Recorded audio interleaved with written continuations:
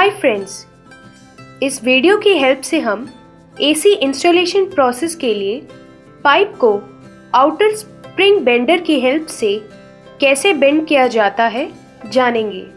Pipe bending के लिए हमें स्प्रिंग बेंडर, मेजरिंग टेप और मार्कर की आवश्यकता होगी।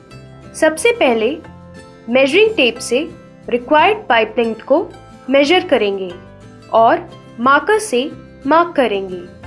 पाइप को आउटर स्प्रिंग बेंडर में इंसर्ट करेंगे। फिर से मेजरिंग टेप से रिक्वायर्ड पाइप लेंथ को मेजर करेंगे और मार्कर से स्प्रिंग बेंडर के ऊपर मार्क करेंगे। पाइप को मार्क की गई जगह से दोनों हाथों की मदद से आवश्यकता के अनुसार बेंड करेंगे।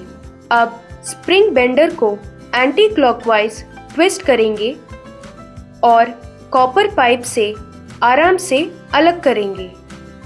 ध्यान रखें कि पाइप पिंच्ड, क्रैक्ड, डैमेज्ड नहीं होना चाहिए। स्प्रिंग बेंडर मार्केट में डिफरेंट साइजेस में अवेलेबल होते हैं। बेंडिंग प्रोसेस के लिए करेक्ट साइज का इस्तेमाल करें।